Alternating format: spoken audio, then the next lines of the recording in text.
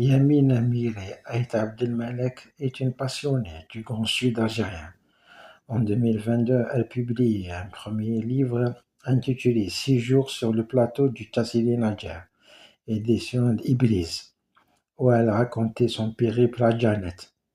Et la voilà qui récidive avec un second opus, tout aussi palpitant, Des contes et des lieux du Tassili Nadjer, publié en novembre 2024 à compte d'auteur.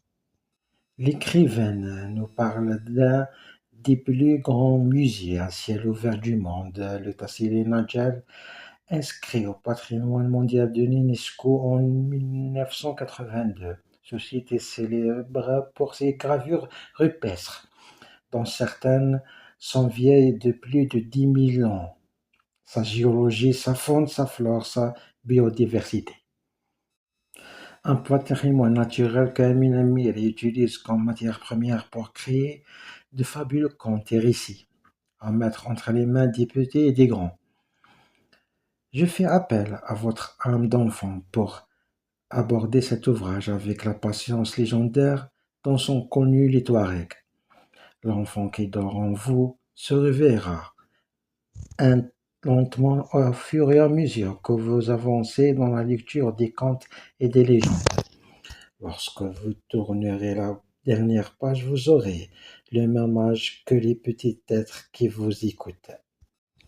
Écrit-elle dans la préface du prime abord, on pourrait croire que les contes de cet ouvrage ont été tirés de légendes et de récits touaregs. Que nenni! On les doit à l'imagination féconde de l'autrice, nourrie de ses nombreux voyages dans le sud de l'Algérie, une inspiration puisée des paysages, plantes, roches, animaux, costumes, bijoux, bref, de la culture du patrimoine tamashaq. Yamina Miri Aït Abdelmalek nous offre 7 contes joliment illustrés, dont les vaches pleureuses de Tigelgert.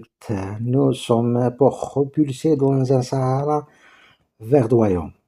En de lointains temps préhistoriques vit un troupeau composé d'antilopes, de girafes, de gazelles, d'éléphants, de rhinocéros, de vaches. El-Louki, un petit veau attendrissant, fait ses premiers pas dans la vie, accompagné de ses 2 amis, Zarafo et Philo. Une gravure épaisse des vaches pleureuses à Tigelgert, au cœur de Janet, illustre ce récit.